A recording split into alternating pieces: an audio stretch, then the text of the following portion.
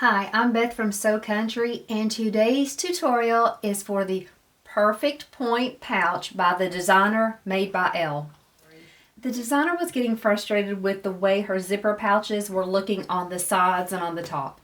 She felt like they just weren't looking the best they could, that they would be having wonky zipper tabs, the sides would be poking out or dented in, and just it didn't look perfect. So instead of just ignoring it or being frustrated by it, she decided to take the time to research, to test, to practice, to find what she felt like was the best way to handle sewing up a zipper pouch. She calls this method the Perfect Point Method. In this pattern, she goes over the method she uses to always get consistent, good-looking pouches on the tops and the sides.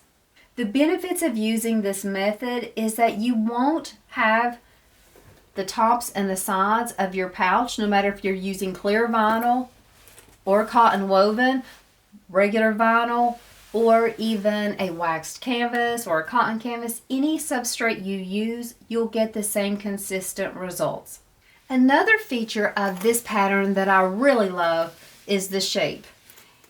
If you look, the shape is very wide at the base, which means that it sits very firmly. I plan on selling these at my next craft show.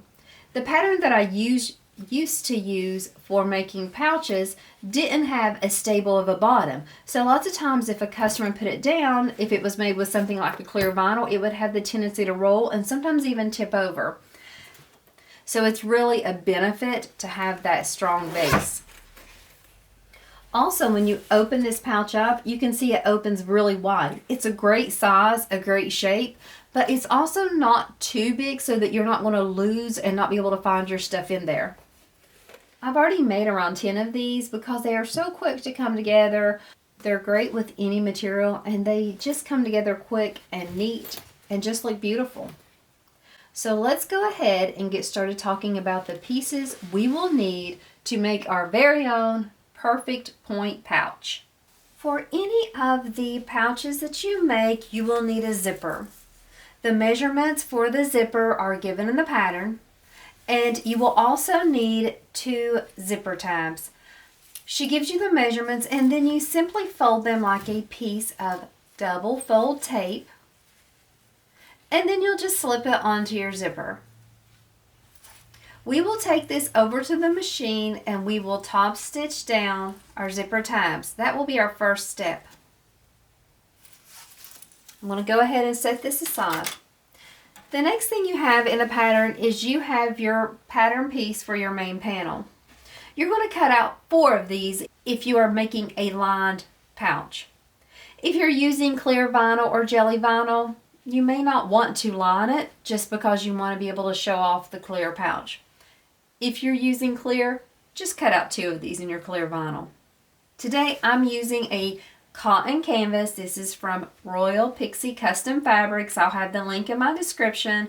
And so with mine, what I did was I interfaced my exteriors with an SF101 equivalent. I use Pixie Light from Royal Pixie.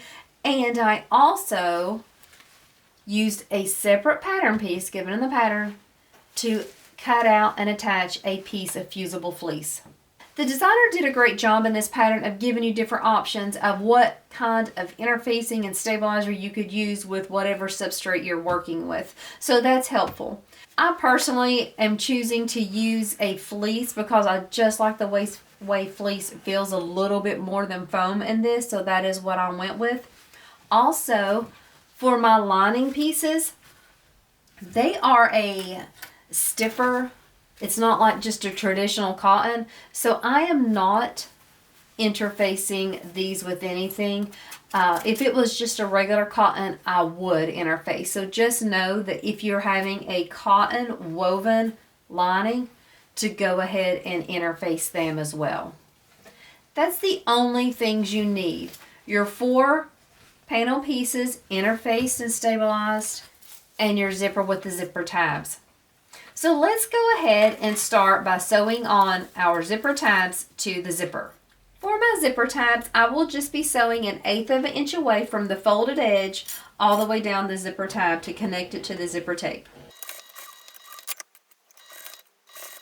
After you sew the tabs on your zipper, go ahead and trim the tape down so that it is flush with your tape. The pattern tells us to mark the centers on the tops of all 4 of our panels and on your zipper tape.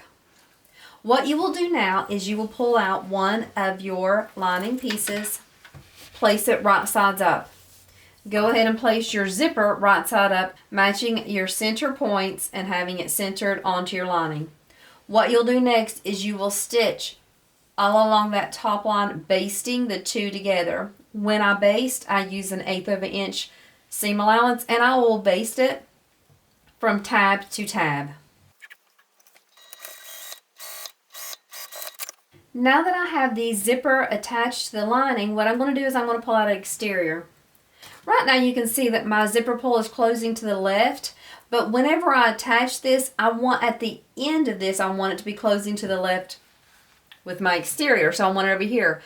If I would put this down this way, that would be wrong. It would then close the right. So if you have yours orientated like mine, take your back piece and put it right sides down with your lining. You're going to again match up the centers and clip along that top edge. At this point, instead of sewing from tab to tab like we did with basting, we'll sew from end to end to attach the exterior and lining together with the zipper sandwich in between. You're going to use the full seam allowance given in the pattern. Now that we've sewn these pieces together, what we will do is we will flip them so that they're wrong sides together and we're looking at the right sides of both pieces. I'm going to add a couple clips at the bottom just to make sure everything stays secured while I'm top stitching. I'm going to flatten out my zipper and make sure everything is smooth up at the top and laying flatly. At this point, what I'm going to do is I'm going to top stitch, but I'm only going to top stitch from tab to tab. When I asked the designer about this, because I'm like, why aren't we just top stitching from end to end? She said that even that little bit extra of stitching here creates more bulk and can lead to problems in the side seams at the very end. So that is why we top stitch only in between these 2 tabs.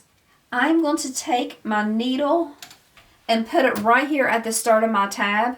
I will back stitch here and then sew all the way down to my next zipper tab 1/8 of an inch away from that folded edge. This is what the back of my bag will look like at this point. Now what I'm going to do is I'm going to repeat the same steps for this edge of the zipper tape with the exterior and the last piece of lining that I have. So now this is what we have at this point. We have our exteriors and our linings and the zipper. I'm going to go ahead and open my zipper halfway. We're going to do this part like a traditional pouch. We'll go ahead and clip the exteriors together and clip the linings together. But this is where that perfect point method comes into place. I'm going to go ahead and tell you that in the pattern, she tells you to make these marks on your exterior and your lining before you start sewing them together.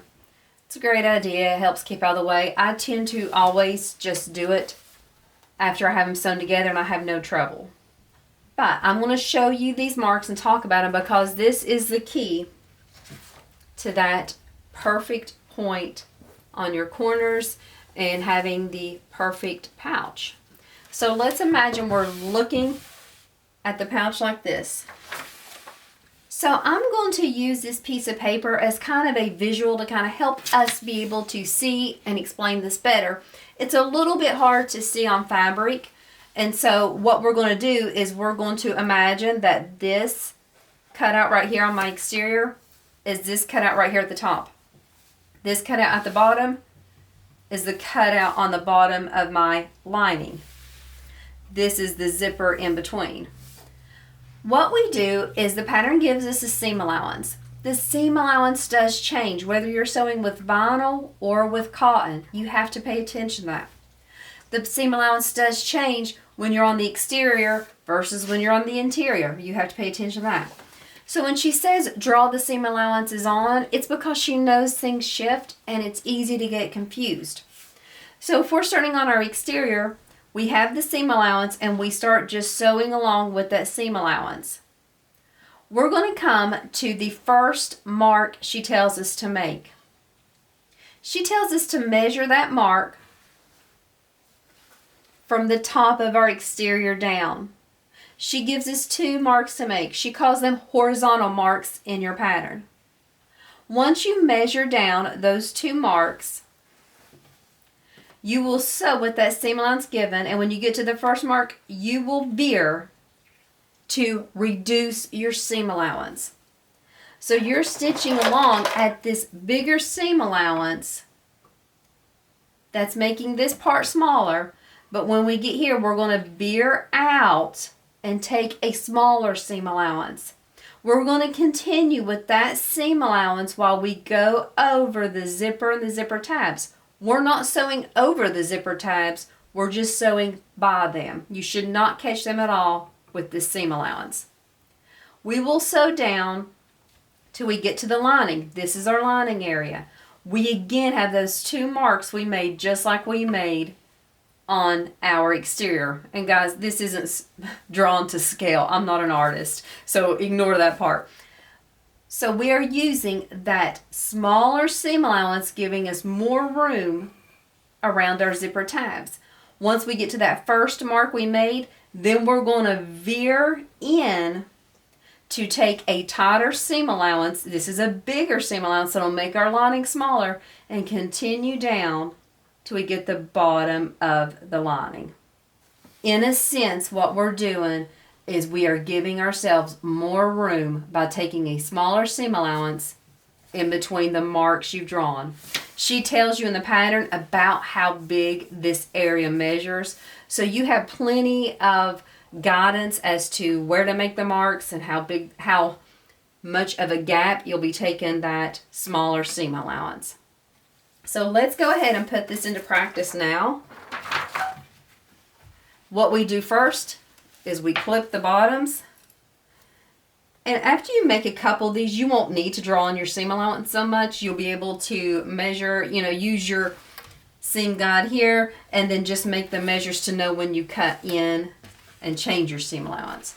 So what I will do is I will go ahead and start sewing here at the bottom of my exterior with that seam allowance. I'm going to take a few stitches forward, a few back to lock in, and I'm going to continue sewing.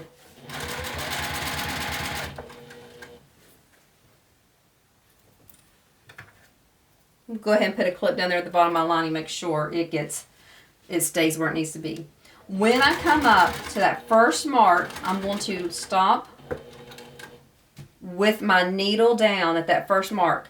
I'm going to pivot so that I can follow that sew line that I drew, that line that's going to put me out to that smaller seam allowance. I'm going to stitch 1, 2, 3. Depending on your stitch length, it'll take you 2 to 3 stitches to get through that mark. Then you pivot again to use that new seam allowance. It should match up, if you've drawn it properly, exactly with the measurements on your sewing machine. Now we're going to, and here's my zipper tab. I'm going to sew right over this area. When I get to the lining, I'm going to have to pivot again so I can continue on sewing with that seam allowance. And you won't be able to see my lines, but I do have them marked here. I am at the first mark. I turn and pivot to take 1, 2, barely 3 on that one. And then I'm going to pivot again so that I can sew with the rest of that seam allowance all the way down. Get it smooth out, all the way down to the bottom of my lining.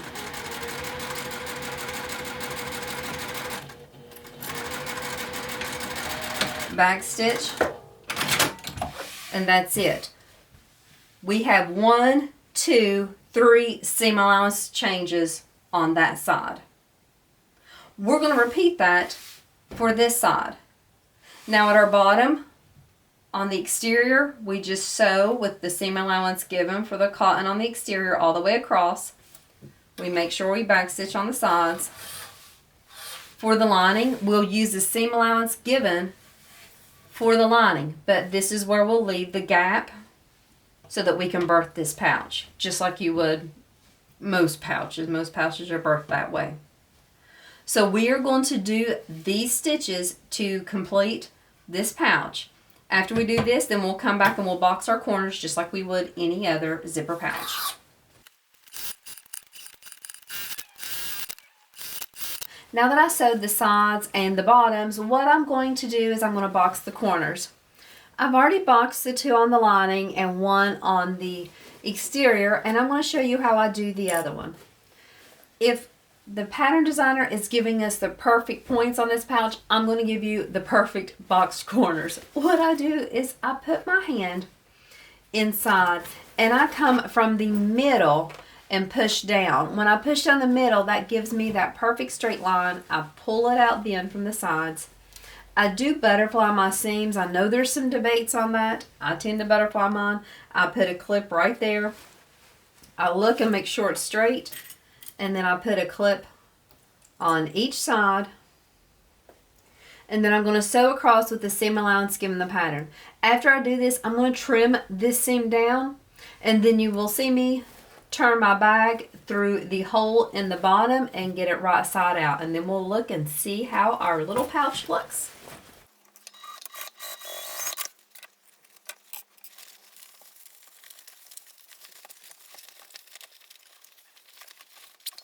Okay, my perfect pouch is adorable. The only thing I did wrong was I did have my panel just a little bit too low. I didn't take that into account, so I should have had him up higher.